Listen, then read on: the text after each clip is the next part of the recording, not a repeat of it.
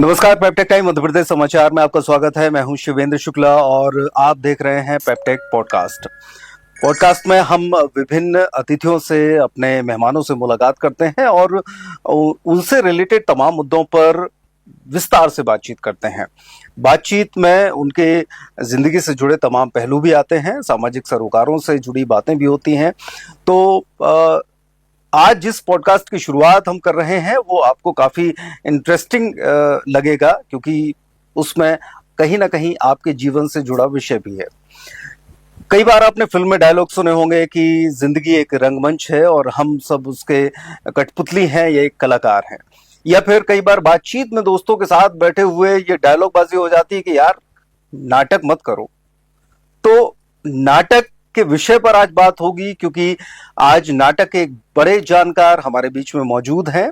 हमारे बीच में है राजा मानसिंह तोमर विश्वविद्यालय के रंगमंच और नाटक के जो एचओडी हैं, डॉक्टर हिमांशु द्विवेदी जी। आपका बहुत बहुत स्वागत है। और शुरुआत में हल्का सा एक परिचय, हालांकि उनकी जो परिचय की फेहरिस्त है वो बहुत लंबी है। अगर उस पर बातचीत होगी तो लगभग 10 मिनट उसी में चले जाएंगे।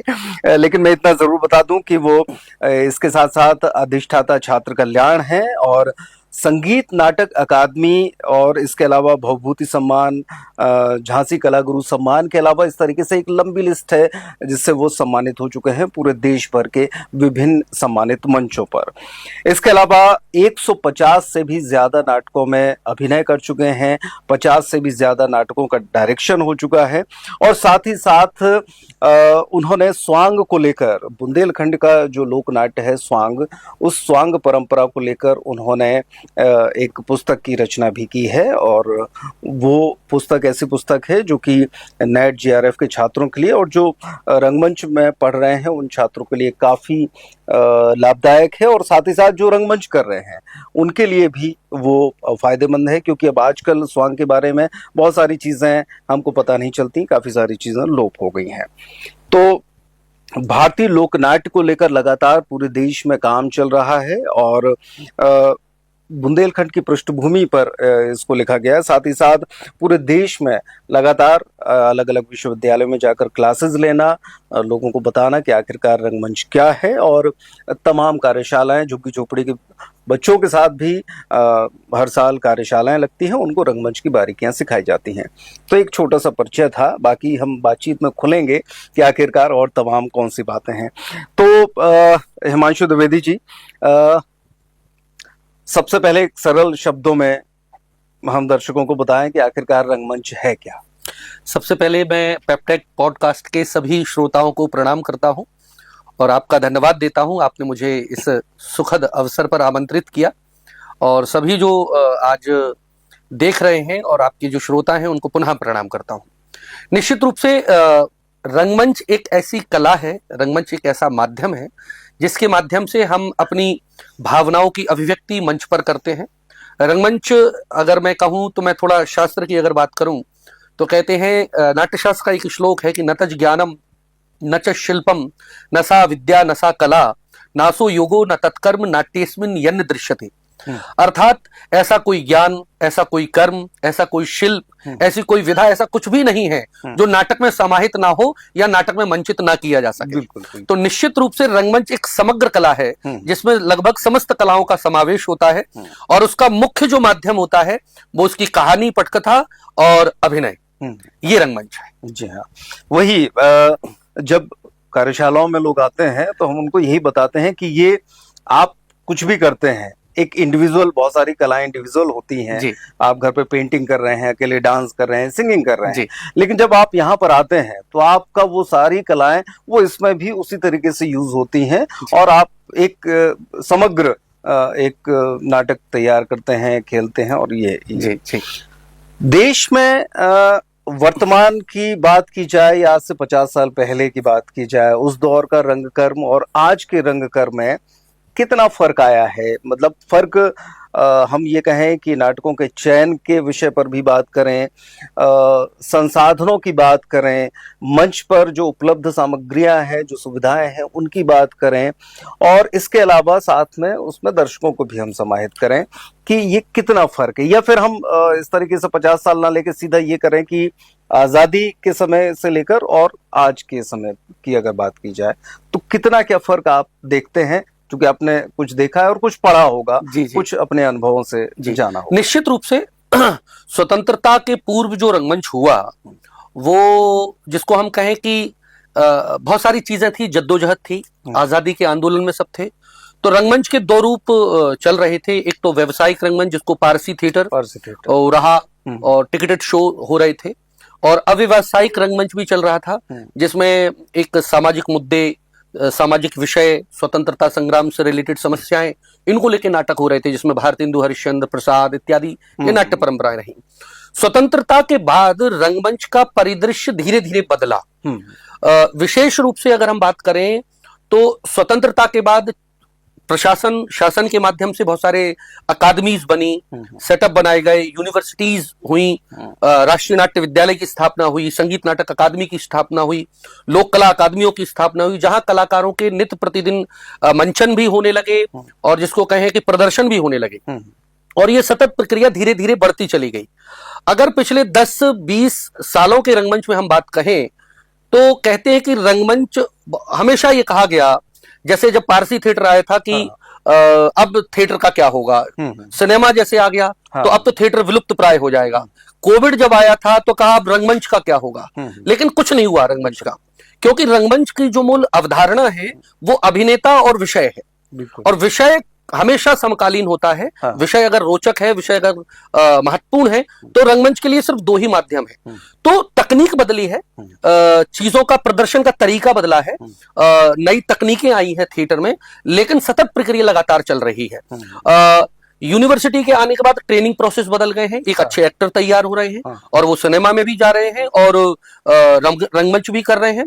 निश्चित रूप से अगर मैं कहूं कि सिनेमा के आने के बाद बल्कि समृद्ध और ज्यादा समृद्ध हुआ है रंगमंच, क्योंकि रंगमंच का अभिनेता जब सिनेमा में गया तो कहीं ना कहीं उन अभिनेताओं के कारण रंगमंच को लेकर दर्शकों की एक दृष्टि बदली, दर्शकों का रुझान, समाज के लोगों का रुझान, जो जैसा आपने अभी बहुत थोड़ी देर पहले कहा था कि नाटक तो करते और नौटंकी कर रहे हो, क्या करोगे, तो निश्चित रूप से जैसे ही बच्चा वो एक स्क्रीन पे आने लगा, उसको क्योंकि स्वाभाविक है जब स्क्रीन पे आएगा तो पैसा भी है, शोहरत भी है, तो उसको देखकर रंगमंच भी समृद्ध हुआ है। हम कहते हैं अरे वो आशुतोष राणा जी, अच्छा उन्होंने थिएटर किया है, अरे विजयराज जी थिएटर से हैं, यशपाल शर्मा जी थिएटर से हैं, तो थिएटर का कहीं ना कहीं प्रभाव रंगमंच को फायदा पड़ा है। दूसरा अगर मैं कहूं तो तकनीकी के माध्यम से चीजें बदली हैं। शुरुआत के स्वतंत्रता के समय में सेट, लाइट, कॉस्ट्यूम प्रॉपर्टी पर इत्यादि पर कम इस्तेमाल होता था, आजकल सेट का ज्यादा इस्तेमाल होने लगा है। कॉस्ट्यूम प्रॉपर्टी, लाइट की तकनीक बदल गई है। पहले अगर आप कहें तो 40-50 साल पहले ऐसे डिमर था, फिर वो एक ऐसे खींचने वाला डिमर था, आज ये कंप्यूटराइज पूरे डिमर हो गए हैं, एक चैनल में हो गए 16 चैनल 12 चैनल, तो और आपने फिक्स कर दिया और आपको डिजाइन देखना है। तो बेसिकली तकनीक ने रंगमंच को समृद्ध भी किया है, लेकिन कई जगह अगर अतिरिक्त हो गया और हावी होता है तो वो फिर दुष्परिणाम है, क्योंकि रंगमंच जैसा मैंने कहा विषय और अभिनय प्रधान माध्यम ही है, तो एक हद तक वो ठीक है, लेकिन अगर उसका ज्यादा प्रभाव होता है तो कहीं ना कहीं वो उसका दुष्प्रभाव हावी हो जाता है, हावी हो जाता है, अभिनेता और कथावस्तु गौड़ हो जाती है, लगता है। तो लगातार 10 साल 5 साल में रंगमंच बदल रहा है, रंगमंच का सिनेरियो बदल रहे हैं, नई नई शैलियां आ रही हैं, नए नए शैलियों की प्रयोग परंपराएं हो रही हैं। हम भारतीय नाटक की परंपरा में भी प्रयोग हो रहे हैं, पश्चिमी रंगमंच की परंपरा में भी प्रयोग हो रहे हैं, और वर्तमान में तो ऐसा हो रहा है कि भारतीय और पश्चिम दोनों को मिला के नाटकों की रचना हो रही है और नाटकों के प्रदर्शन हो रहे हैं, तो लगातार परिवर्तन है रंगमंच में। तो दर्शकों, अभी हम लगातार ये बात करेंगे, जैसा कि अभी चर्चा आई कि पारसी थिएटर, इसके अलावा तकनीक की बात और फिल्मों से फायदे तो अभी बात सामने आई है, लेकिन फिल्मों की वजह से रंगमंच को क्या कुछ नुकसान भी हुए हैं, इस तरह के तमाम मुद्दों पर हम आगे बात करेंगे। सबसे पहले अभी जो चर्चा सामने आई, अब जो बहुत सारे ऐसे लोग हैं जो थिएटर से जुड़े नहीं हैं या बड़े शौक में जुड़ गए, उन्होंने 1-2 नाटक किए और उसके बाद फिर छोड़ दिया या फिर वो 2 नाटक से ही मुंबई भाग गए कि अब हम एक्टर हो गए। सबसे पहले हम बात करेंगे पारसी थिएटर की, क्योंकि ये प्राचीन शैली है और इस शैली से ही शुरुआत हुई, उसका प्रभाव फिल्मों में लंबे अरसे तक देखने को मिला। तो ये पारसी शैली क्या है, इसको जब मंच पर प्रस्तुत किया जाता था तो उसमें प्रमुख कौन सी चीजें होती थी जो अनिवार्य होती थी पारसी थिएटर के लिए, और प्रमुख पारसी अगर आपको मतलब वो जहन में आ रही हैं चीजें कि कौन कौन सी ऐसी मंडलियां थी और हम यहाँ का भी जिक्र करेंगे। जी जी। हमारे बुंदेलखंड में भी एक बहुत बड़ी ड्रामा कंपनी थी, तो उस पर चर्चा करेंगे पारसी थिएटर। देखिए क्या है कि सर, पर्शिया से आए विस्थापितों ने सर्वप्रथम गुजरात में कदम रखा और वो पारसी कहलाए। हम थोड़ा सा इसको मैं विस्तार से थोड़ा जवाब देना चाहता हूँ। सबसे पहले हम पारसी समझें, पारसी कम्युनिटी वहां आई और गुजरात में आई अपना सब, तो वहां के राजा से एक बड़ी प्रचलित कहानी है उनको लेके कि राजा से जगह मांगी कि हम ऐसे विस्थापित हुए हैं और हमें आपके इलाके में जगह चाहिए। तो राजा उस समय दूध का गिलास पी रहे थे और वो गिलास पूरा भरा हुआ था और पारसियों को देके कहा कि जैसे ये गिलास बिल्कुल फुल है दूध से, उसी तरह से हमारी जगह भी पूरी है, जगह नहीं है। तो उन्होंने कहा 1 मिनट के लिए आप दीजिए। उन्होंने गिलास लिया, उसमें शक्कर लेके घोल के मिला दी कि हम आपके बीच ऐसे घुल मिल जाएंगे। तो बड़ी एक प्यारी घटना, और इस बात से प्रसन्न होकर राजा ने उनको स्थान दिया। और हम देखेंगे कि हिंदुस्तान की जितनी भी औद्योगिक क्रांति है उसमें पारसियों का बड़ा योगदान है। पारसियों के बारे में दूसरी सबसे महत्वपूर्ण बात यह है कि भारत में रहने वाला प्रत्येक व्यक्ति हिंदुस्तानी कहलाता है, लेकिन वो हिंदुस्तान में रह के अकेली एकमात्र कम्युनिटी है जो अपने देश के नाम से जानी जाती है, पारसी। अब पारसियों ने व्यापार में बहुत योगदान दिया। अंग्रेजी थिएटर जब आया हिंदुस्तान में, मॉडर्न थिएटर जिसे हम कहें, आधुनिक भारतीय रंगमंच, तो पारसियों ने सोचा कि क्यों ना इसमें व्यावसायिकता देखी जाए और उन्होंने एक नए प्रकार का थिएटर शुरू किया। पारसी थिएटर बेसिकली वो एक्टर नहीं थे, उसमें कोई परफॉर्म नहीं करते थे। इन मंडलियों के जो मालिक थे वो पारसी थे, इस कारण से उनका पारसी थिएटर नाम पड़ गया। और उसमें एक्ट करने वाले सारे हिंदू, मुसलमान, अन्य छोटी छोटी जाति संप्रदाय के लोग थे और लगातार बहुत अच्छा थिएटर कर रहे थे। पारसी थिएटर की विशेषता यह है कि अंग्रेजी थिएटर या पश्चिम थिएटर का जो सीनिक डिजाइन है, चित्रित पर्दे हैं, ये जिसको कहें पेंटिंग्स हैं, सीनरी वगैरह वर्तमान में रामलीला और नौटंकी वगैरह में हम देखते हैं, वो वहां से लिया। दृश्य बदलने की कला जो उसमें आई वो वहां से लिया। और अभिनेता और जो स्क्रिप्ट कहें वो तुकबंदी, शेरो शायरी, गीत गजल, इसका बीच में एक आध कुछ उदाहरण भी बिल्कुल बिल्कुल। तो इस ढंग से वो करते थे। लार्जर देन लाइफ, अति नाटकीय। अति नाटकीय ये शेक्सपियरियन थिएटर था। शेक्सपियर में जैसे टू बी और not to be, that is the question, इस टाइप से आर्टिकुलेशन के साथ बोलते हैं। तो जैसा आपने कहा, मैं 2 पंक्तियां सुनाता हूं। जैसे पारसी का एक्टर आएगा तो बोलेगा, किसने समुद्र में जल फेंका, किसने किया है पाप, किसने तुझे पैदा किया, कौन है तेरा बाप। पीछे से फिर कोई एक्टर आएगा, वो नखड़िया वो सब बजेगा इंस्ट्रूमेंट, कि मैंने समुद्र में जल फेंका, मैंने किया है पाप, मैंने तुझे पैदा किया, मैं हूं तेरा बाप। और ये शेरो शायरी, नज्म, गजल, ये सब उसमें प्रयोग चल रहा है। और इसकी एक और विशेषता होती थी कि अगर दर्शकों को कोई दृश्य पसंद आ गया तो पैसे उसमें फेंक रहे हैं, तो वंस मोर अगर हो रहा है तो पता चला वो 15 मिनट का सीन था, 45 मिनट वही चल रहा है। अच्छा। और बिल्कुल, और ये कमर्शियल माध्यम हो गया था। ये इसकी जो शुरुआत हुई वो बहुत अच्छी थी। इसमें शास्त्रीय गाने, शास्त्रीय संगीत, गीत, गजल, नज्म, रेख्ता, कव्वाली, दादरा, टप्पा सब इस्तेमाल, जो नौटंकियों में भी उसका प्रभाव आया। लेकिन धीरे धीरे जब कहते हैं ना, जैसे सिनेमा में भी कि व्यावसायिकता ज्यादा बढ़ जाए और हम अपने उद्देश्यों से भटककर सिर्फ कमर्शियल हो जाएं, तो उसमें कुरूपता या विद्रूपता आ जाती है, और वह पारसी थिएटर के साथ हुआ। और अभिज्ञान शाकुंतलम जो नाटक था उसको उर्दू और हिंदुस्तानी जुबान में अनुवादित करके मंचन किया गया। और एक बड़ा लचर से गीत पर दुष्यंत, मतलब जो कालिदास की कृति है उससे बिल्कुल अलग करके गीत नजम बना के प्रस्तुत कर रहे हैं। और दुष्यंत एक बड़े लचर से गीत पर शकुंतला को प्रपोज कर रहा है, शकुंतला को कुछ कह रहा है। तो ये दृश्य फूहड़पन, जैसे इसको उदाहरण दे, सरकाई लोग खटिया जाड़ो लगे, जाड़े में बलमा प्यालो लगे, तो मतलब इस टाइप की शब्द रचना वो बहुत भावपूर्ण नहीं है। वो जैसे कि आजकल के फिल्म वाले कहते हैं कि साहब जनता यही चाहती है, या मतलब लोकगीतों में जो बिल्कुल आई हैं, वो वही चीजें परोसना उन्होंने शुरू कर दी। तो ये दृश्य देख रहे थे भारतेंदु हरिश्चंद्र और देख के बड़े क्रोधित हो गए और उन्होंने कहा अब तो ये हमारे कालिदास की हत्या कर रहे हैं और वो वहां से छोड़ के चले गए और कहा कि अब इस व्यवसायिक रंगमंच के खिलाफ मैं अव्यवसायिक रंगमंच शुरू करूंगा। तो कमर्शियल थिएटर के खिलाफ नॉन कमर्शियल थिएटर शुरू हुआ। पारसी थिएटर एक इस फॉर्मेट में है जिसमें मेलोड्रामेटिक सीन्स, अति नाटकीता, इसमें बड़े बड़े राइटर जैसे आगा हर्ष कश्मीरी, राधेश्याम कथावाचक, रुस्तम बिल्व मंगल, भगीरथ गंगा, इस टाइप के नाटक, सीता वनवास, सीता स्वयंवर, सब कुछ वो हुआ। पारसी मंडलियों की अगर विशेषताएं बताई, जैसा आपने उस सवाल में पूछा था कि पारसी ड्रामा कंपनी, अल्फ्रेड नाटक मंडली, विक्टोरिया नाटक मंडली, खोजा ड्रामेटिक क्लब, बालीवाड़ी थिएटर, अल्फेंस्टन नाटक मंडली, शेक्सपियरियन नाटक मंडली, बहुत सारी मंडलियां थी। गुजरात और महाराष्ट्र में इसकी शुरुआत हुई थी और 1.5 से 2 साल में लगभग 15 से ज्यादा मंडलियां सक्रिय हो गई और ये मंडलियां पूरे हिंदुस्तान में घूम घूम कर, विशेष रूप से उत्तर भारत की तरफ, दक्षिण भारत नहीं, प्रचार करने लगी। और यही वजह है कि गुजरात और महाराष्ट्र नाटकों के लेखन में बहुत रिच है। बिल्कुल, वहाँ की थिएटर परंपरा रिच है, कमर्शियल थिएटर वहां पे ज्यादा है क्योंकि उसका प्रभाव वहां पर पड़ा। और आप देखेंगे जो सिनेमा में हीरोइज्म आया है, जो हीरोइन का एक प्रभुत्व दिख रहा है, वो पारसी थिएटर से है। आप उस समय आगा हर्ष कश्मीरी को जो पेमेंट मिलता था एक नाटक का, एक शो का, वो 800 रुपए होता था। 800 आज के लगभग 80 लाख रुपए। बिल्कुल। तो कमर्शियलिज्म की शुरुआत हुई, तो बहुत पावरफुल थिएटर रहा, बहुत चकाचौंध का थिएटर रहा, लेकिन धीरे धीरे कुछ उनमें खामियां आती रही और धीरे धीरे जैसे ही सिनेमा शुरू हुआ तो सारे अभिनेता, सारे कलाकार लगभग सिनेमा में शिफ्ट हो गए और धीरे धीरे पारसी थिएटर एक विलुप्त प्राय हो गया। ये इसका इतिहास रहा।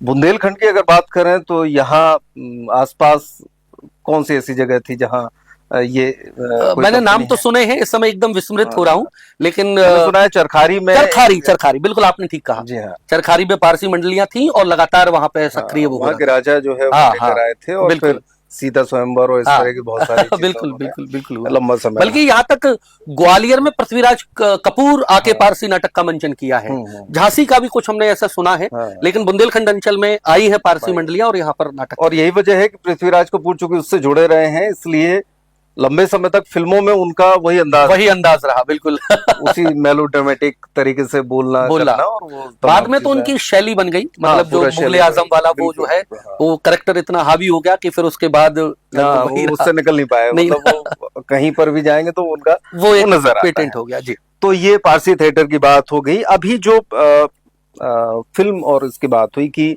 उनको आगे मौके मिल रहे हैं, मंच मिल रहे हैं और वो जा रहे हैं और इस वजह से रंगमंच विकसित हो रहा है। एक चीज ये भी सामने आती है कि बहुत सारे OTT प्लेटफॉर्म हैं, बहुत सारा सब कुछ है, तो आपके जो नाट्य विधा के कलाकार हैं, चाहे वो एकेडमिक से पढ़े हों या फिर MPSD, NSD या भारतेंदु नाट्य अकादमी या कहीं इधर उधर से, और वो तत्काल उसके बाद फिर और मुंबई बॉलीवुड का रुख करते हैं, और ऐसे कंडीशन में जो उनको बेस कि भाई रंगमंच आखिरकार कहाँ जाए, किसके भरोसे? बिल्कुल भाई हमने आपको रंगमंच के लिए तैयार किया है और आप केवल इंडिविजुअली चीजें करने चले गए, तो इससे नुकसान भी कितना हुआ है? आपको लगता है कि कुछ इससे नुकसान? नहीं, बिल्कुल नुकसान है।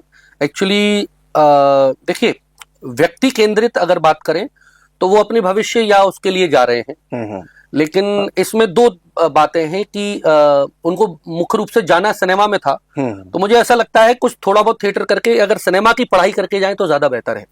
कहीं ना कहीं, बड़ी मात्रा में नहीं बोल रहा हूँ, ये इस्तेमाल है थिएटर का, कि आपने थिएटर के से सीखा, थिएटर से कुछ प्राप्त किया और उसके बाद आप सिनेमा में चले गए।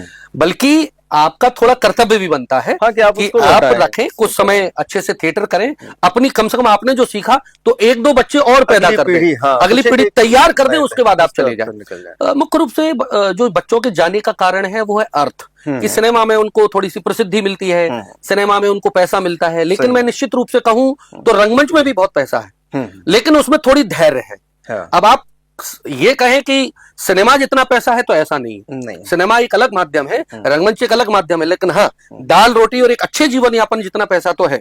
अगर आप इसमें संतुष्ट हैं तो रंगमंच कोई कमी नहीं है, लेकिन अगर आप उस ढंग से करना चाहते हैं तो सिनेमा में जाए। लेकिन जैसा आपने कहा, बिल्कुल ठीक कहा कि कम से कम हम सिनेमा को, वो थिएटर को यूज ना करें। हाँ। मतलब हमने अगर उससे कुछ आपने प्राप्त केवल किया है, इसकी एक सीढ़ी मात्र ना बनाए, ना बनाए और उसको इस तरीके से कि चलिए हमने कुछ सीखा है, हाँ, तो उसका कुछ बिल्कुल नैतिक दायित्व होना चाहिए, कर्तव्य होना चाहिए कि हम जहां से, फिर आपकी लाइफ है, आप कुछ भी बिल्कुल करते हैं बिल्कुल और बिल्कुल उससे भी फायदा मिलेगा। निश्चित रूप से, क्योंकि रंगमंच ने आपको बनाया है, हाँ। रंगमंच से आपने कुछ प्राप्त किया है, रंगमंच से आपने सीखा है, तो कम से कम एक पीढ़ी तैयार करके कुछ ऐसा आप योगदान जरूर दें समाज में और रंगमंच के लिए, जो याद रखा जाए कि हाँ, ये व्यक्ति रंगमंच से कुछ सीख कर गया और ये प्रदान करके गया है। अभी आपने ये बात कही कि उतना पैसा नहीं है, लेकिन अब रंगमंच में भी पैसा आने लगा है जी। किस तरीके से आने लगा है रंगमंच में पैसा? क्या करना चाहिए? एक जो एक्टर है वो अपने गांव कस्बे में, जिले में सीख रहा है, कर रहा है, और फिर अगर वो आपकी बात से ताल्लुक रखता है कि तो उसको किस दिशा में आगे बढ़ना चाहिए, वो कैसे इतना कर सके कि वो अपने मन का रंगमंच भी करता रहे और साथ ही साथ वो इतनी अर्जन कर ले कि उसका मजे से चले। तो उसके लिए क्या माध्यम है? क्या गवर्नमेंट इतनी सुविधाएं दे रही है, या देश और प्रदेशों में इतने ज्यादा मंचन हो रहे हैं कि वहां पर इस तरीके से क्या है, कैसे मिलेगा? जी जी, बहुत अच्छा सवाल है सर। इस विषय को परिभाषित करने के लिए मैं इसको तीन भागों में विभक्त करता हूँ। एक गवर्नमेंट सेक्टर, एक प्राइवेट सेक्टर और एक सेमी गवर्नमेंट, या जिसको फ्रीलांसर कह सकते हैं। अगर एक बच्चा रंगमंच की पढ़ाई करता है, बैचलर करता है, मास्टर्स करता है, उसकी एक निश्चित रूप से पढ़ाई उसे करना पड़ेगी उसके, और मूल रूप से रंगमंच में सैद्धांतिक पढ़ाई आप कितनी भी कर लीजिए, लेकिन ये प्रयोग की कला है, तो आपका प्रयोग पक्ष मजबूत होना चाहिए।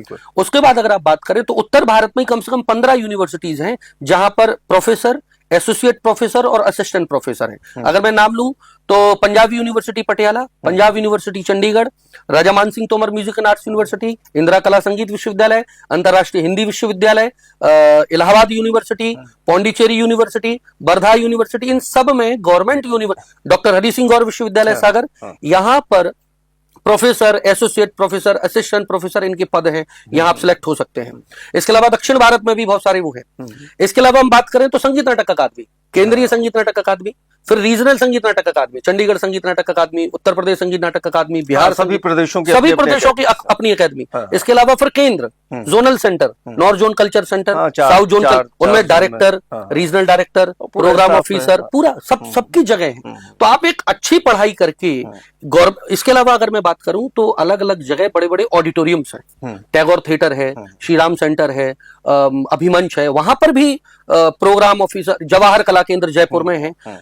ऐसे अनेक ऐसी जगह हैं जहां पर आप एक निश्चित रूप से अच्छी पढ़ाई करके और प्रयोग में दक्षता प्राप्त करने के बाद आप जॉब प्राप्त कर सकते हैं, और मिनिमम सैलरी 60-70 हजार से शुरू होकर 1.5-2 लाख तक जाती है। एक सेक्टर हो गया ये गवर्नमेंट की। इसी तरह से प्राइवेट की बात करें तो अनेकों यूनिवर्सिटीज है जो प्राइवेट में assistant professor, associate professor, Lovely professional university, Parul professional university, Chitkara, Chandigarh, LPU, इन सब में प्रोग्राम ऑफिसर। मेरा जो सवाल था, मेरा सवाल ये था कि वो अभिनय करते हुए, मैं बता रहा हूं, मैं एक एक्चुअली रोजगार को डिफाइन करना चाह रहा हूं पहले। तो एक तो ये सेक्टर्स हो गए, इसमें यूथ एंड वेलफेयर डिपार्टमेंट होता है, ये सब इनको लेके बात कर सकते हैं। इसके अलावा तीसरा जो सेक्टर है वो फिल्म लाइन है। फिल्म लाइन में आप जाके फिल्म थिएटर कर सकते हैं, अलग से वो कर सकते हैं। जैसा आपने कहा कि अपने शहर में रहते हुए, अभिनय करते हुए रोजगार प्राप्त करें, गवर्नमेंट की इतनी सारी योजनाएं हैं, इतनी सारी स्कीम है, प्रोडक्शन स्कीम है, प्रोडक्शन ग्रांट है, फेस्टिवल्स ग्रांट है। अगर आप लगातार सक्रियता से काम कर रहे हैं और आपका प्रोडक्शन में क्वालिटी है, तो मैं अपना रेशियो बता रहा हूं, लगभग 35 शो ऑल ओवर इंडिया में पर ईयर हम कर रहे हैं। कुछ ऐसा नहीं है सब में बहुत अच्छा पैसा मिलता है, कहीं बिल्कुल कम मिलता है, कहीं बहुत अच्छा मिलता है, बैलेंस होता रहता है। तो अगर आपके नाटक कर रहे हैं, आप सक्रियता से नाटक कर रहे हैं, तो 10 तरह के ऐसे माध्यम है, गवर्नमेंट के माध्यम से भी, प्राइवेट फंडिंग के माध्यम से भी, फ्रीलांसर रूप में भी, जहां से आप जनरेट करके लगातार प्रोडक्शन कर सकते हैं। मेटा फेस्टिवल है, संगीत नाटक अकादमी के फेस्टिवल हैं, संस्कृति संचालनालय के फेस्टिवल हैं, बड़े बड़े इफ्तिकार फेस्टिवल है, कोलकाता का नांदीकार फेस्टिवल है। अगर आपके नाटक में दम है और आप वन फेस्टिवल में बेच रहे हैं तो 5-5 लाख, 1.5 लाख, 2.5 लाख रुपए आपको प्ले से मिल रहा है। तो लगातार अगर आप, और बहुत सारी संस्थाएं हैं, आप खुद कराते हैं, इतना बड़ा फेस्टिवल कराते हैं, बड़े दुनिया भर मतलब छतरपुर का अगर रंगमंच जाना जाता है तो वो आपके कारण जाना जाता है। हिंदुस्तान भर से टीमें आती हैं, इसी तरह से हिंदुस्तान भर में अनेक समारोह होते हैं। वहां आप जाके अपने आप एक अगर एक्टर है, आप 4-5 लोगों की बढ़िया टीम बनाइए, बढ़िया नाटक तैयार कीजिए। 4-5 कास्ट को बुलाना कोई बहुत कठिन काम नहीं है। लगातार आप सक्रियता से काम कर सकते हो, अपने शहर में रह के काम कर सकते हैं। तो इस तरह के संसाधन, इस तरह के माइंड सेटअप के साथ अगर आप काम करेंगे तो आप काम कर पाएंगे। आप सोचेंगे कोई रंगमंच करके, डिग्री करके जादू की छड़ी हो जाएगा, ये नहीं, तो ये संभव नहीं, ये संभव नहीं। अभी मैं इसी उसमें एक जिक्र करना चाहूंगा, अभी हमने बुलाया था जम्मू के बहुत अच्छे कलाकार हैं लकी गुप्ता। हाँ, बिल्कुल बिल्कुल, बहुत अच्छे से परिचय, हमारे मित्र हैं।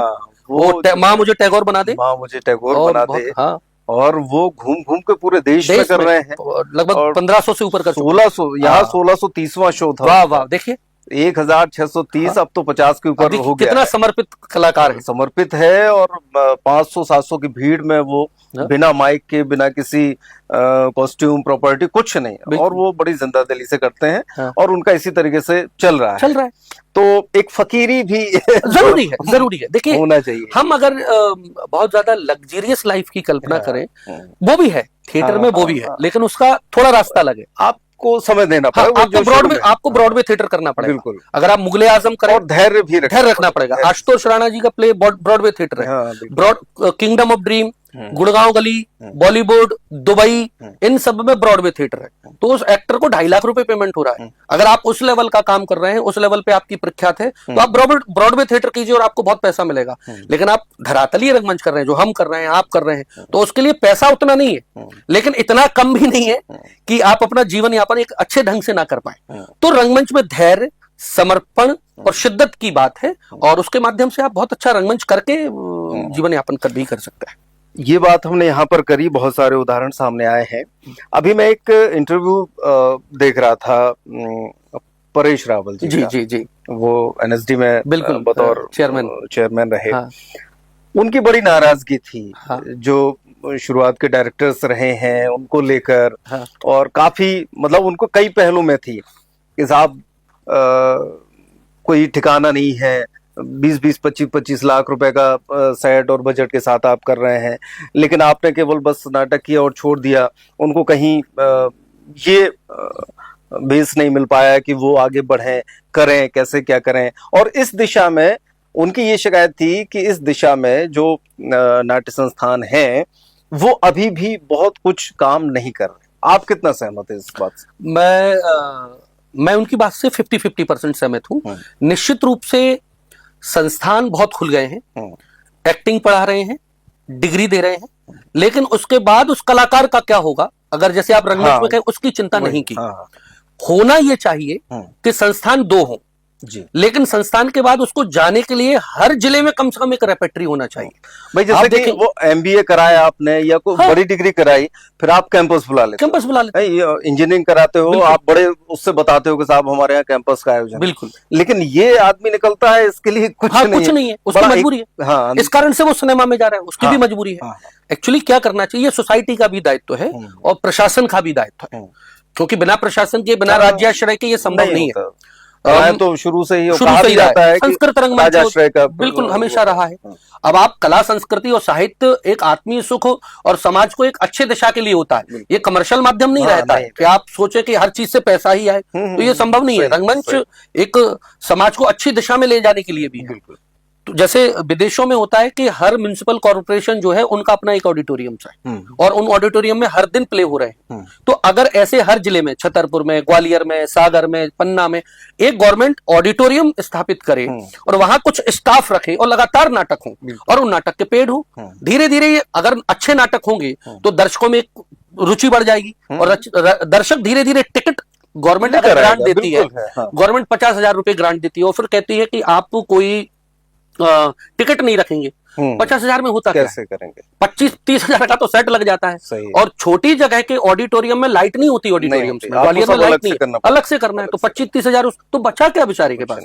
तो बेहतर ये है कि छोटी छोटी रेपेटरीज बनाई जाए, रंगमंडलों को संचालित किया जाए, जैसे भारत भवन में था, और भी रंगमंडल खोले जाए, तो एक एक्टर्स को रोजगार मिलेगा। इसके अलावा मेरा तो ये भी कहना है कि सिर्फ थिएटर नहीं, लोक कला मंडलियां बनाई जाए, लोक कला रेपेट्रीज बनाई जाए। तो हमारे ग्रामीण अंचल के जितने लोक कलाकार हैं, स्वांग के हैं, नौटंकी के हैं, रामलीला के हैं, उससे आप देखिए एक तो कलाकारों को रोजगार मिलेगा, दूसरा वो जो अपनी मूल विधा है जो छोड़ने को मजबूर है वो नहीं छोड़ेंगे, तीसरा हमारी कला संस्कृति कितनी समृद्ध होगी। बिल्कुल है। तो कहीं ना कहीं ये जरूरी है। मैं एक बात और कहूं, मेरी भी पीड़ा है, मैं भी एक विश्वविद्यालय में हूं, लेकिन हमारे पास कोई सेट नहीं है। हम यूथ फेस्टिवल में करते हैं, आप भी रहे हैं उसमें जज, 2,500 रुपए नाटक नहीं है। ये मैं विश्वविद्यालय में भी कहता हूं, ऐसा नहीं यहाँ इस चैनल के माध्यम से कह रहा हूं।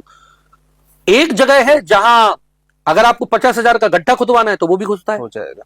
तो थोड़ा सा ये भी ध्यान रखना चाहिए कि एक संस्थान को पैसा दे, कोई दिक्कत नहीं, बाकी जो छोटी छोटी जगह है उनमें भी थोड़ा सा पैसे का डिस्ट्रीब्यूशन ठीक हो। तो कहीं ना कहीं रंगमंच, मैं आपको ईमानदारी से बताऊं और ये मेरा नहीं सत्य कथन है, हिंदुस्तान का रंगमंच आज जीवित है तो जो नॉन प्रोफेशनल थिएटर लोग हैं, जो शौकिया रंगकर्मी हैं, उनके कारण है। बिल्कुल, ज्यादातर ट्रेनिंग लेके तो मुंबई चले गए, तो वो शौकिया रंगकर्म जो कर रहे हैं उनका आप प्रोत्साहन कैसे कर रहे हैं, कैसे उनको आप कैसे समृद्ध करोगे? उसके लिए बजट गवर्नमेंट कर भी रही है, मध्य प्रदेश शासन बहुत इसमें काम करती है, इसमें कोई दो राय नहीं। जैसे भारत भवन, भोपाल जगह फेस्टिवल है, मेरा इसमें सजेशन है, वो फेस्टिवल भोपाल में जितने आप करते हैं उससे बेहतर है कि आप छतरपुर में कीजिए, और छतरपुर की तहसीलों में कीजिए, गांव में कीजिए। बिल्कुल, एक तो आपको ऑडियंस मिलेगी। गांव में ऐसे प्रोग्राम साल में एक होता है, कोई एक कोई महोत्सव होगा। अगर आप हर 2 महीने 3 महीने में करेंगे तो एक तो दर्शक वर्ग जुड़ेगा, कला संस्कृति से होगा, और लोकल जो कलाकार हैं उनको रोजगार मिलेगा। तो थोड़ा सा पॉलिसी बदलने की जरूरत है, थोड़े से सिस्टम को ठीक करने की। बड़े शहरों में तो चीजें हो ही रही है, उनको तो मिल ही रहा है। सर, भारत भवन, रविंद्र भवन, SRC, वही दर्शक आता है, 150 दर्शक हर नाटक में आपको वही मिलेगा। नया दर्शक कहाँ है? नया दर्शक आपको छोटे शहरों में मिलेगा। सही, छोटे शहरों में नए प्रतिभाशाली कलाकार, आपने कितने कलाकार पैदा किए, लगातार बाल कार्यशालाओं से आप लोग शुरू कर रहे हैं। तो निश्चित रूप से अगर वो हम जो बड़े बड़े फेस्टिवल्स हैं उनका स्थानांतरण करके अगर हम छोटी जगह पहुंचाएं तो निश्चित रूप से उससे कला संस्कृति समृद्ध होगी और रोजगार भी बढ़ेगा। बिल्कुल। और एक चीज और है कि जैसा जो बात हो रही है रंगमंच को लेकर कि वो समाज को एक नई दिशा देने का काम करता है, इसे सहज शब्दों में ऐसे समझा जा सकता है कि दिन में किसी शख्स ने, किसी स्टूडेंट ने अपना काम किया, वो कॉलेज पहुंचा, इसके बाद वो दोपहर में घर आया, आराम किया, और शाम को फिर अगर उसके पास कुछ नहीं है तो अपने दोस्तों के साथ गुलछर्रे उड़ाने निकल पड़ा। फिर वो बाइक भांज रहा है और रील बना रहा है, ये कर रहा है। लेकिन अगर इस तरह के संस्थान हो जहां एक परमानेंट उसको ठहरने की जगह है, बिल्कुल, वहां पर उसके बहुत सारी स्क्रिप्ट रखी हुई हैं, वहां पे उसके मन की उपन्यास हैं, किताबें हैं, और वहीं पर उसको करने को भी मिल रहा है, उसको म्यूजिक भी बजाने को मिल रहा है, उसको सारा, तो वो जो 2 घंटे उसको सड़क पे गुजारने हैं, बिल्कुल, जो समाज में हम जो नशा करना है, जो फालतू की चीजें हो रही हैं, वो अगर इस तरह के काम में करेगा तो एक तो क्रिएटिव माइंड उसका होगा। बिल्कुल, बिल्कुल। और वो एक बंदा जब खुद नाटक खड़ा करता है तो उसमें एक एडमिनिस्ट्रेटिव क्वालिटी डेवलप होती है। वो 4 चीजें समझता है, 4 लोगों से व्यवहार बनाता है, अपना नाटक खड़ा करने के लिए फिर वो चंदा भी इकट्ठा करना सीख जाता है, यानी कि फाइनेंशियल विनम्रता सीख लेता है। आपको फाइनेंशियल मैनेजमेंट भी आ जाता है, आपको एडमिनिस्ट्रेशन भी आ जाता है, और आप एक टीम के लीडर के तौर पर भी काम कर लेते हैं। साहित्य पढ़ते हैं तो साहित्य से आप जो है परिचित होते हैं, और तो बहुत सारी चीजें ऐसी हैं जिसको लेकर तो ये आपकी बात वाकई मतलब पहुंचती तो है ही, अधिकारियों तक पहुंचती है, जनप्रतिनिधियों तक पहुंचती है, बातें कभी ना कभी पहुंचती हैं, और ऐसी अगर पॉलिसीज बनाई जाए तो निश्चित तौर पर छोटे स्तर से लेकर बड़े स्तर तक, और ये जो फिर एक बूम आएगा, बिल्कुल जो चाहते हैं 2-3 साल में परिवर्तन दिखेगा, परिवर्तन अचानक निश्चित रूप से दिखेगा। आप देखिए, छोटे जगह दर्शक हैं, छोटे जगह कलाकारों की प्रतिभाएं ज्यादा हैं, और आप जितने बड़े भी हम जो कलाकार जान रहे हैं वो सब छोटी छोटी जगह से ही आए हैं। लेकिन अगर उनको वो मंच यहीं पर प्रोवाइड हो तो आप देखिए तो कितना बेहतर। सोने पे सुहागा होगा। और निश्चित रूप से हमारे जो नेतागण हैं, हमारे जो अधिकारी गण हैं, वो एक अच्छा समाज देंगे।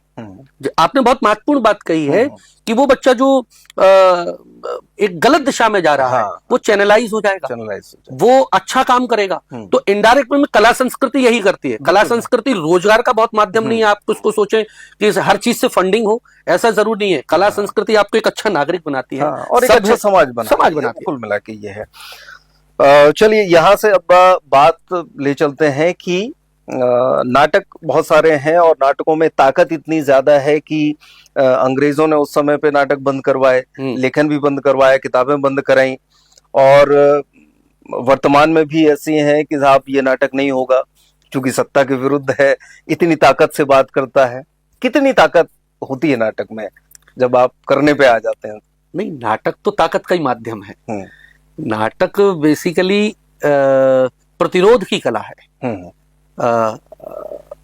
अगर कहें तो संगीत हो, चित्रकला हो या नृत्य कला हो, मैं किसी कला की बुराई नहीं कर रहा हूं, लेकिन ज्यादातर कलाएं राज्याश्रय के समर्पण से ही पुष्पित पल्लवित हुई हैं और राज्याश्रय के गुणगान उन्होंने किए हैं।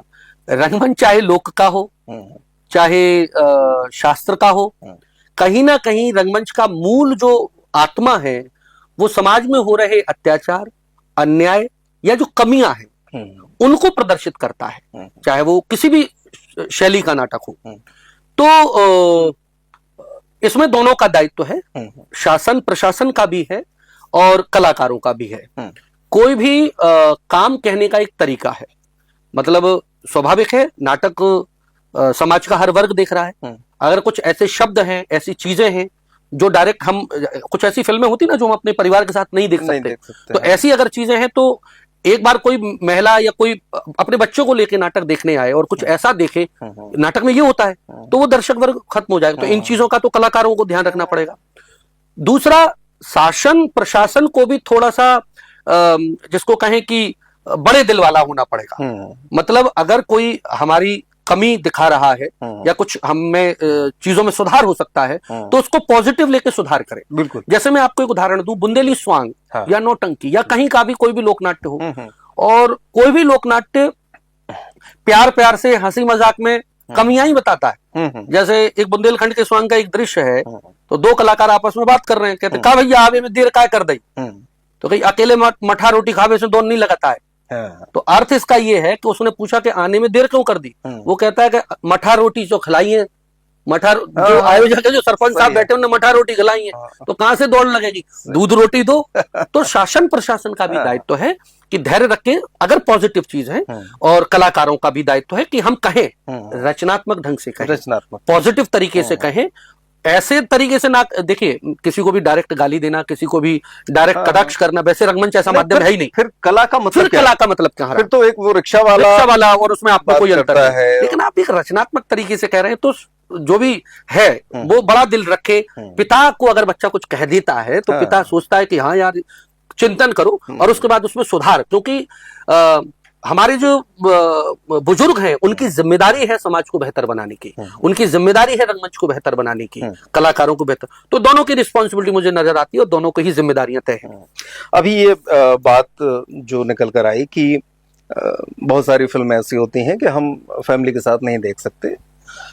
अभी हाल ही में, मतलब पिछले कुछ वर्षों से एक जिसको कहते हैं कि बहुत ज्यादा प्रयोगात्मक नाटक के तौर पर नाटक में भी विद्रूपताएं देखने को मिल रही है। बहुत सारे ऐसे, क्योंकि जो पुराने जो नाट्यकर्मी हैं वो कह गए हैं, मतलब कुछ एक जो रंगमंच में निषिद्ध है बात, जी जी जी, आलिंगन चुंबल, अश्लील, हाँ ये तो जो निषिद्ध है उससे भी ज्यादा कुछ अतिरेक हो रहा है। ये प्रयोग के नाम पर जो चीजें चल रही हैं, इसको कैसे देखते हैं? नहीं, ये ठीक नहीं है, बिल्कुल मेरा स्पष्ट इसमें मत है। रंगमंच एक अच्छी कला है, जो आप वैसे ही रंगकर्मी समाज की जद्दोजहद में जूझ रहे हैं, वैसे ही समस्याएं हैं, और इस तरह के कृत्य अगर करेंगे तो दर्शक वर्ग और दूर हो जाएगा। दूसरा, प्रयोग करना अति आवश्यक है।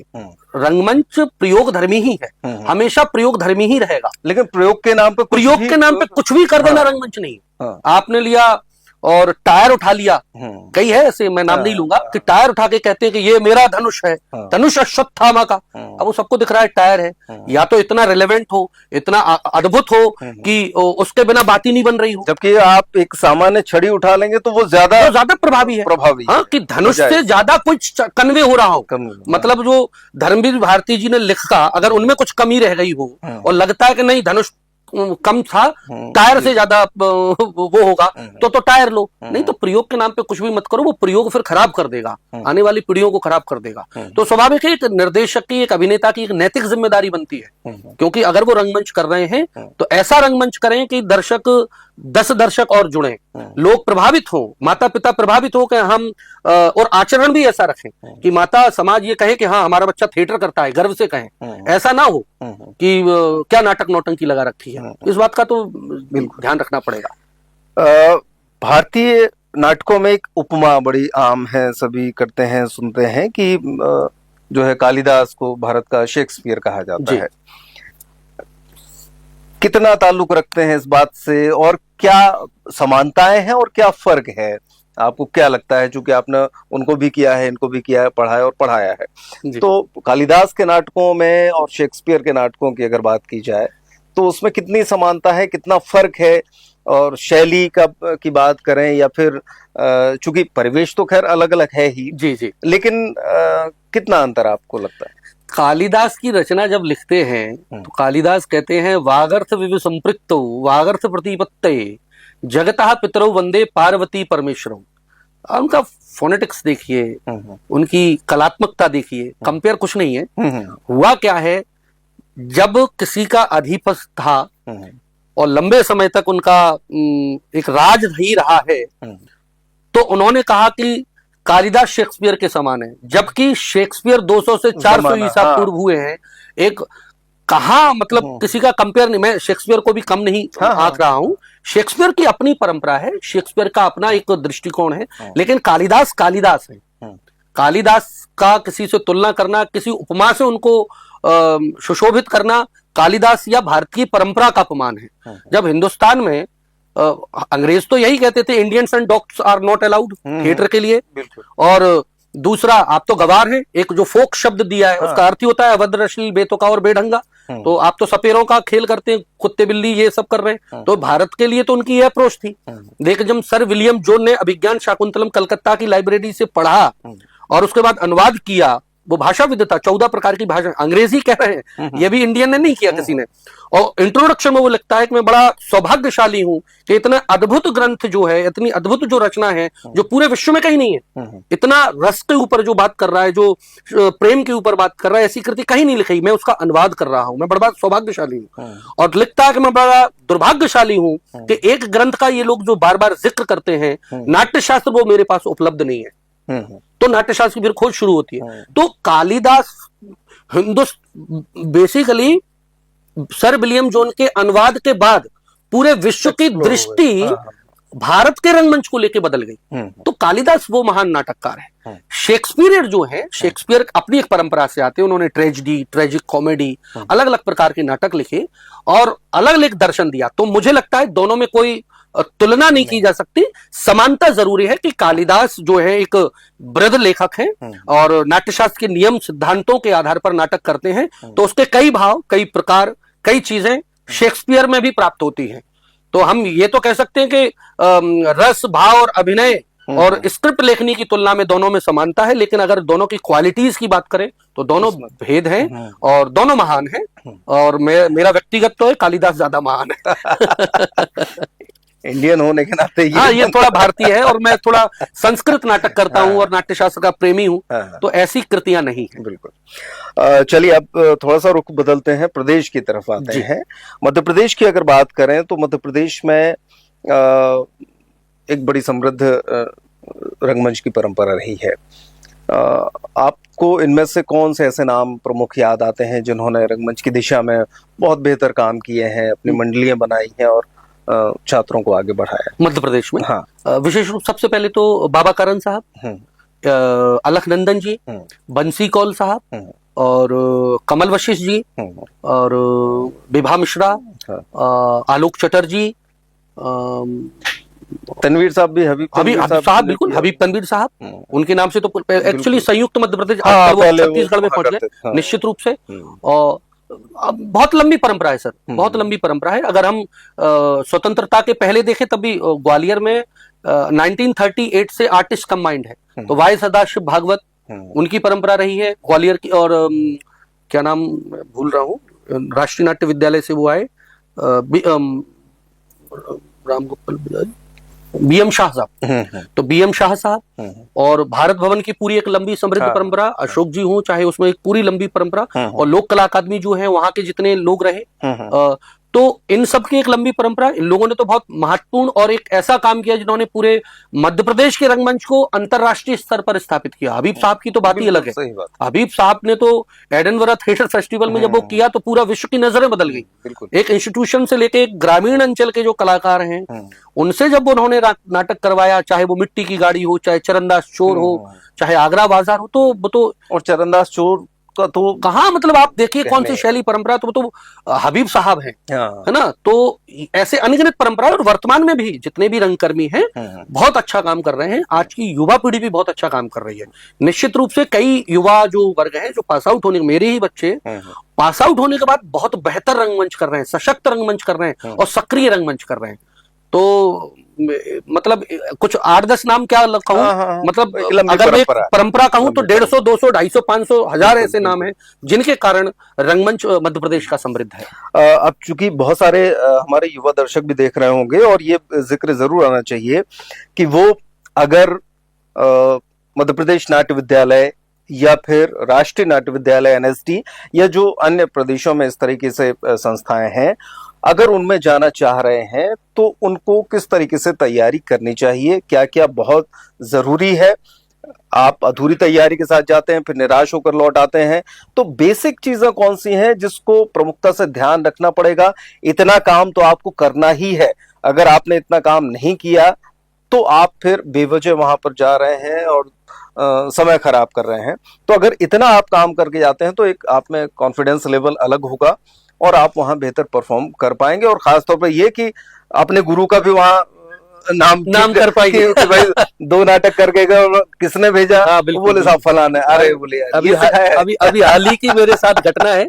एक बच्चा था, आया, मैं नाम नहीं लूंगा, और मैंने मना, एक को मैंने रिकमेंडेशन लेटर भी नहीं दिया। मैंने कहा अभी तुम में बिल्कुल परिपक्वता नहीं है, शब्द खराब है, सिलेक्शन हो ना हो, लेकिन कम से कम आप कहो ना कि इन सर का विद्यार्थी हो, तो कम से कम ये जाए, अच्छा इनका विद्यार्थी है, तो इनके विद्यार्थी में 2 योग, इनका विद्यार्थी है और इनका विद्यार्थी, दोनों में अंतर हो जाएगा। तो बहरहाल उसने नाम लिया, फिर मैंने उसको डांटा, मैंने कहा भाई ऐसा मत करो, थोड़ा सीखो। निश्चित रूप से सर, उनके पाठ्यक्रम, उनके एडमिशन जो फॉर्म निकलता है उसमें लिखा होता है कम से कम 3 साल थिएटर किया हो, कम से कम 3 साल थिएटर किया हो और लगातार थिएटर किया हो, 2 डायरेक्टर के रिकमेंडेशन लगते हैं, इतने 6 नाटकों में कम से कम काम किया हो। तो एक कोई भी बच्चा जो है उसको लगातार किसी भी छोटे शहर से हो या बड़े शहर से हो, उसको किसी गुरु के सानिध्य में, किसी संस्था के साथ 2 से 3 वर्ष लगातार थिएटर करना चाहिए। साल में एक नहीं, अनेक नाटक करना चाहिए। और जो ग्रुप काम कर रहा है वो तो ठीक, उसके अलावा खुद की मेहनत करनी पड़ेगी, लगातार नाटकों को पढ़े। कुछ ऐसे राइटर हैं संस्कृत रंगमंच के, हिंदी नाटकों के, उर्दू नाटकों के और अन्य भाषाओं के, कन्नड़, मराठी या गुजराती के, जिनको पढ़े बिना अगर उनके आप नाम नहीं जानते तो वो ऐसा ही है कि आप छतरपुर में रहते हो और आपको किसी आकाशवाणी तिराहे का नाम ना मालूम, या आप घर में रहते हो और आपको चाची का नाम मालूम ना हो। ये रंगमंच के लिए है। कालिदास, भास, शूद्रक, कम से कम इनके नाटक संस्कृत में पढ़े हो। विशाख दत्त, मुद्रा राक्षस, भावभूति, इनके नाटक पढ़े हो। इसके अलावा भारतेंदु हरिश्चंद्र, जयशंकर प्रसाद, अजय शुक्ला, भीष्म साहनी, धर्मवीर भारती, हबीब तनवीर, मतलब 10 निर्देशकों को जानता हूं। ये जेन्युइन क्वेश्चन पूछे जाते हैं कि कहां से साहब? छतरपुर से। बताओ छतरपुर में कौन कौन रंगकर्मी है? अब उसको ये नहीं पता। छतरपुर से कौन से नाटककार हुए? ग्वालियर के बच्चों को नहीं पता नागमोडस कहाँ के, जो खूबसूरत बहू नक्कर है, जिससे सीमा विश्वास को इतनी बड़ी फिल्म मिली। तो एक तो बेसिक सिनेरियो, लोग यहाँ से जाते हैं और पूछे जाता है कि देशराज पटेरा का नाम सुना है, तो वो कहते हैं कि साहब कौन है देशराज पटेरा, अब बताइए।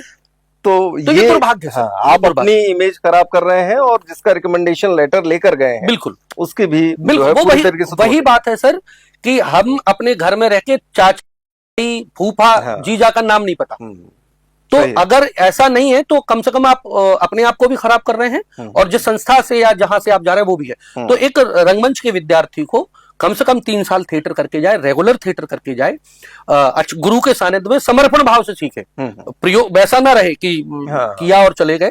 इसके अलावा नाटक पढ़े लगातार 3 साल अगर वो काम कर रहा है तो कम से कम 40-45 नाटक पढ़े, अच्छे से समझे, उसको एनालाइज करे, बेसिक थिएटर को जाने, बेसिक ऑफ थिएटर जाने, जीके ऑफ थिएटर जाने, डायरेक्टर्स के नाम, डिजाइनर के नाम, थिएटर से जो सिनेमा में गए उनके नाम, अच्छे अच्छे जो पॉडकास्ट हो रहे हैं उनके इंटरव्यू सुने, उसकी समीक्षाएं पढ़े, आधे अधूरे क्या कहना चाहता है।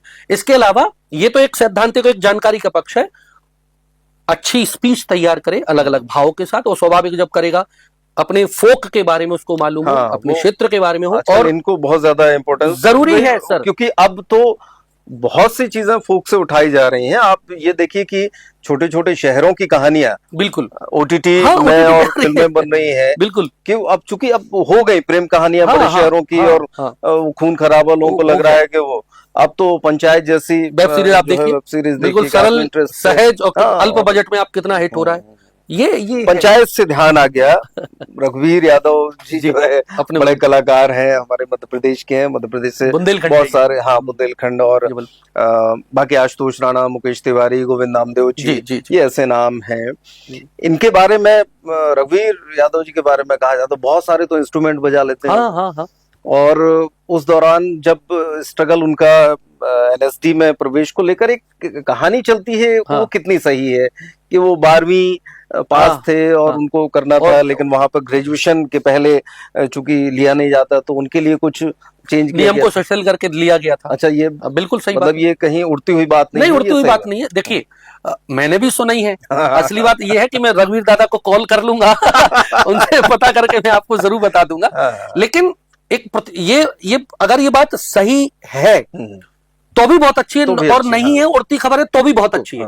कि आप देखिए, अगर कोई बाध्यता है, बाध्यता किसके लिए है? कलाकार के लिए बाध्यता नहीं है। अगर बाध्यता है और वो मतलब अपने आप में इतना सशक्त कलाकार है, वो सब कर रहे हैं, तो बाध्यताओं को शिथिल किया जाता है। आखिरकार बढ़ाना तो आपको रंगकर्मी है, आपको सिखाना कलाकार है।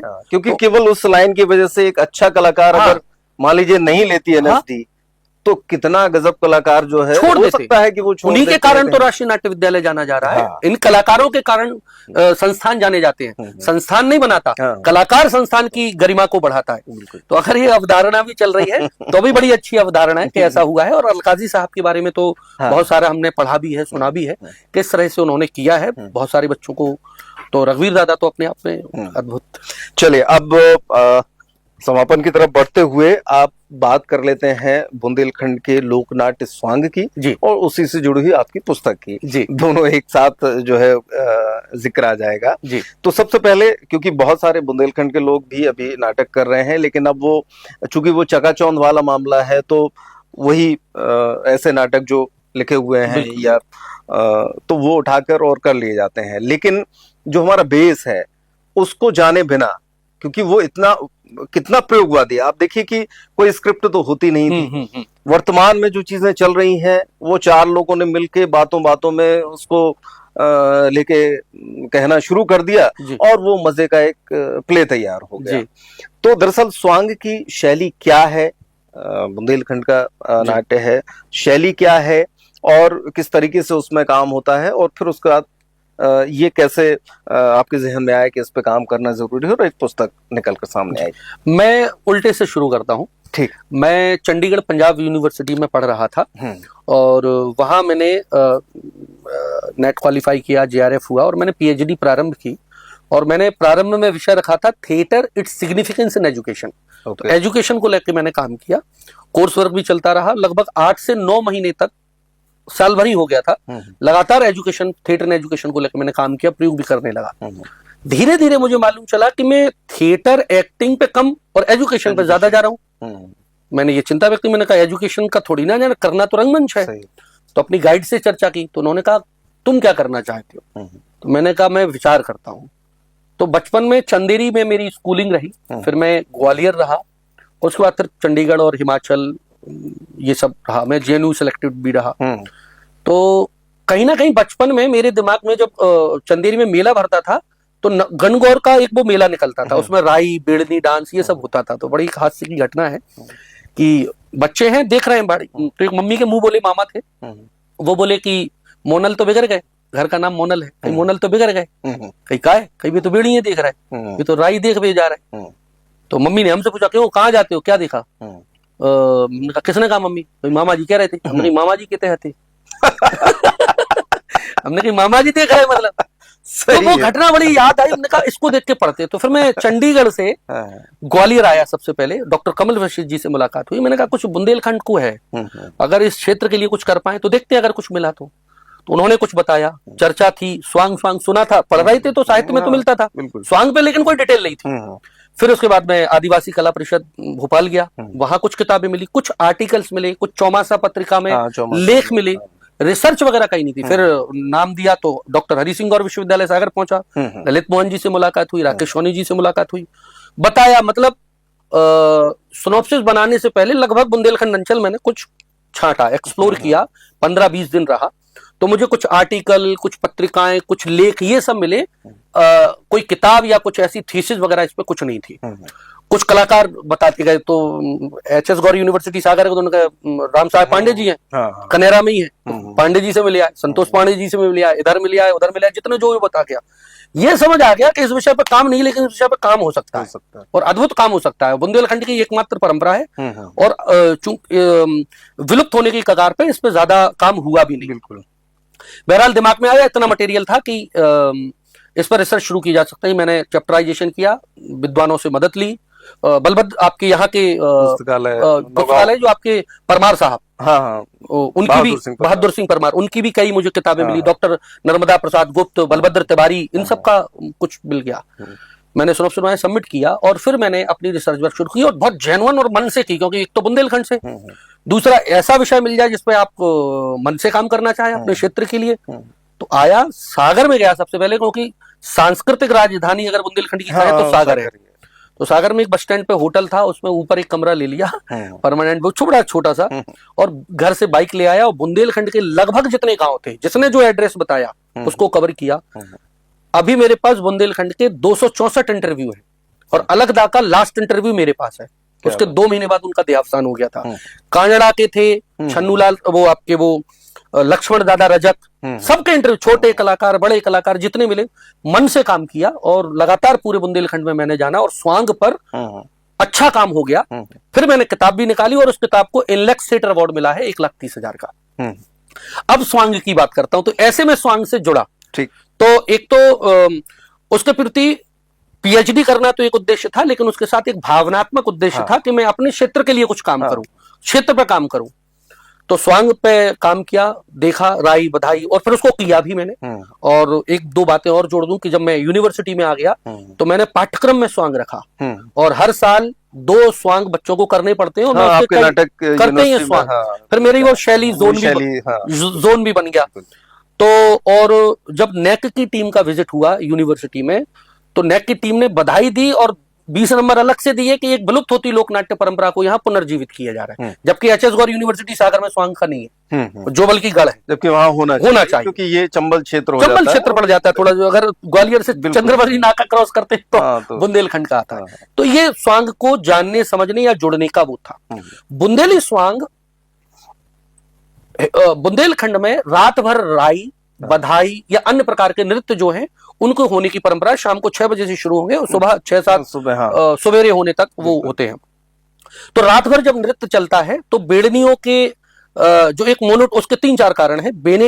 मोनोटोनी ब्रेक करने के लिए कि लगातार 2 घंटे वो डांस करें और थोड़ा सा उनको विराम देने के लिए बीच में 10-15 मिनट का प्रहसन करते हैं और तत्कालीन समकालीन जो विषय है उनको लेके किया जाता है। और वो कोई प्रशिक्षित कलाकार नहीं होते, एक परंपरा से करते चले आ रहे हैं और उसमें होता है। तो इसमें क्षेत्रीय भाषा, क्षेत्रीय गीत, क्षेत्रीय परंपराएं, इन सबके मंचन किए जाते हैं। और मजे की बात ये भी होती थी कि जो वहां के नंबरदार साहब, ठाकुर साहब बैठे हैं, उनकी और जो चीजें वो सामने नहीं कह पाते थे, बड़े मजे में उनके कहते भांज देते थे। बिल्कुल बिल्कुल, ये वो जैसा कि नॉन बिल्कुल आवे में दिल लगा दे। और मजे की बात ये थी कि वो लंबादार जागीरदार नाराज नहीं होते, उसको पॉजिटिव लेते थे। और पॉजिटिव लेके उसका निराकरण करने भी, और यार बात तो सही कही। और ये लगभग सब लोग कला मजे मजे में कहो यार, बात तो बिल्कुल खरी है यार, खरी कही कुछ ना कुछ करना पड़ेगा। हाँ, करना पड़ेगा। इनाम भी मिल जाता, इनाम मिलता था। आज तो तलवार चल जाएगी। आप बहरूपिया जो हमारे यहाँ आता था, हमारे यहाँ पिताजी किस्सा सुनाते थे कि बहरूपिया ने बनाया और दरोगा का, और ये है और वो है, बिल्कुल खौफ में आ गया मोहल्ला। और 5,000 रुपए बात तय हुई उस समय, तो माफ करो, बाद में 15 मिनट बाद कहते महाराज हम तो मजाक कर रहे थे, हम तो बहरूपिया स्वांगी है। तो उनके अभिनय से खुश होकर उनको फिर 500 रुपए इनाम। आज अगर आप ऐसा कर दो, हाँ, तो तलवारें हो जाएंगी, तलवारें चल जाए, पुलिस भी पकड़ ले। मतलब आज की कंडीशन में तो बहुत सारा जो थिएटर को लेकर चीजें हैं, मतलब वो एक्ट जो अंग्रेजों ने बनाया था, अब इतने साल बाद कानून खत्म हुआ, लेकिन अभी भी पता नहीं है कहो इस पे मामला दर्ज हो जाएगा, तो अब कैसे आ गए? बिल्कुल बिल्कुल। तो स्वांग में ये सब होता है, और बुंदेली गीत, परंपराएं, शैलियां, इन सब का प्रयोग होता है। बुंदेली स्वांग की एक और जो महत्वपूर्ण विशेषता है जो अन्य में नहीं है, बुंदेली स्वांग आशु प्रधान है, इम्प्रोवाइज्ड फॉर्म है। और जैसे इटली की फॉर्म है कॉमेडिया डिलार्टे, वो लगभग सेम है। अच्छा। बल्कि मैं पीएचडी करने के बाद मेरी नौकरी नहीं लगी, तो मैंने प्रपोजल वगैरह बना के भेजा था, इटली में जाता, और मैंने इस विषय को सोच भी लिया था, लेकिन फिर उससे पहले नौकरी लग गई। तो कॉमेडिया डिलार्टे से समकक्ष है। हरियाणा के सांग से अगर हम इसका कंपेयर करें, क्योंकि सांग और स्वांग लगभग एक है, तो वहां अभिनय प्रधान है, हमारा नृत्य प्रधान ज्यादा है। हमारे नृत्य के बीच में 15-15 मिनट के एक्ट होते हैं, उनका रात भर अभिनय चलेगा, और उसके बीच बीच के 15-15 मिनट के नृत्य प्रस्तुतियां होती है। तो ये मूल रूप से एक स्वांग बुंदेलखंड का है। तो इसके माध्यम से मतलब बहुत सारी चीजें उस दौर की जो चलती थी समाज में, तमाम जो विद्रूपताएं हैं या कुछ भी है, या बात अपनी कहना है, बहुत ज्यादा टैक्स लग रहा है तो वो बात भी सामने बिल्कुल या कुछ डिमांड करनी है तो वो भी, तो इस तरीके से वो बड़े सहज तरीके से किया जा रहा है। और आजकल देखा गया कि अब आजकल के नाटकों में जो बड़े मंचों पर हो रहे हैं, उसमें फोक आर्ट को बहुत ज्यादा इन्वॉल्वमेंट कर रहे हैं, इस्तेमाल किया जा रहा है, क्योंकि वो बहुत सारी उसका म्यूजिक, बहुत सारी कहावतें, बहुत सारे किस्से बिल्कुल अभी इस तरीके से आ नहीं पाए, क्योंकि अभी हमने वो क्लासिकल पर गए कि अभिज्ञान, शाकुंतलम, आधे अधूरे, बिल्कुल ये सब चीजें चल रही है। हाँ, ये सब चल रहा है, लेकिन अब वो दौर लगता है आपको कि वो दौर कुछ लौट रहा है? बिल्कुल लौट रहा है, उसमें शामिल कर रहे हैं, बिल्कुल लौट रहा है। इसमें दो चीजें मैं कहना चाहूंगा। एक तो हर चीज का एक पुनरावर्तन होता है एक समय बाद, तो लोक भी पुनर्जीवित हो रहा है, बिल्कुल, और अच्छे करने वाले कलाकार भी है, लेकिन कई जगह दुरुपयोग भी हो रहा है कि लोक से चीजें सीखी, ली और इस्तेमाल करके आगे बढ़ गए। तो ये नहीं होना चाहिए कि जैसे हबीब साहब ने लोक को समृद्ध किया, लोक का इस्तेमाल नहीं किया, लोक को लेके एक रंगमंच की परंपरा की और एक नया प्रकार का थिएटर किया, जिससे लोक भी समृद्ध हुआ और मॉडर्न थिएटर भी समृद्ध हुआ। तो आजकल का जो कलाकार है, रंगकर्मी, उसका नैतिक दायित्व है कि वो लोक की चीजों को यूज करके आगे ना बढ़े, बनस्पत उन चीजों को लेके प्रयोग करे, लोक को भी समृद्ध करे और रंगमंच अन्य कलाओं को भी समृद्ध साथ में लेकर चले।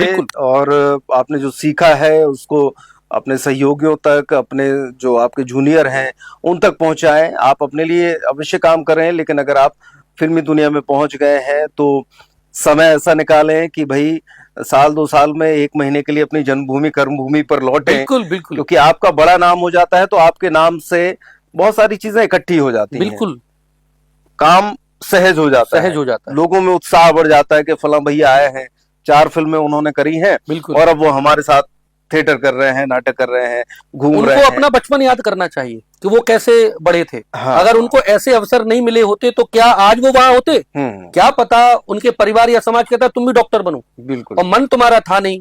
सतीश कौशिक का एक वो ऐसे में स्क्रॉल कर रहा था कि असफल भी होना है तो इस फील्ड में हो जिसमें आपकी रुचि थी, तो आप उस विधा में पहुंच गए और कुछ करने लगे हैं। अभी संसार पड़ा हुआ है, अभी बहुत लंबी यात्रा है, तो कम से कम अपनी जड़ों को हमें कभी नहीं भूलना चाहिए, अपने अतीत को नहीं भूलना चाहिए।